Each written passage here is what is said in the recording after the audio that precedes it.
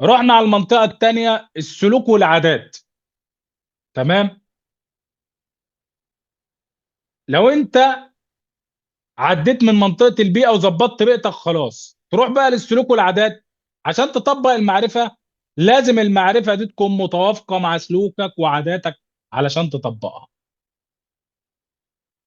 طيب مش متوافقة يا سيدي، يبقى تبنّى عادات وسلوكيات جديدة تساعدك تطبّق المعرفة دي.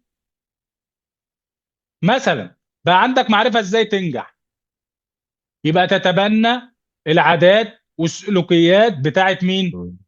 بتاعة الناجحين. الناس الناجحة، إمم. تمام؟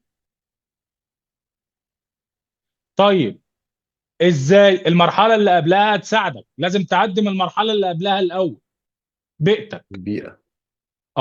طيب أغيّر في بيئتي إزاي؟ بنفسي، إزاي؟ أقرّر وأفعل،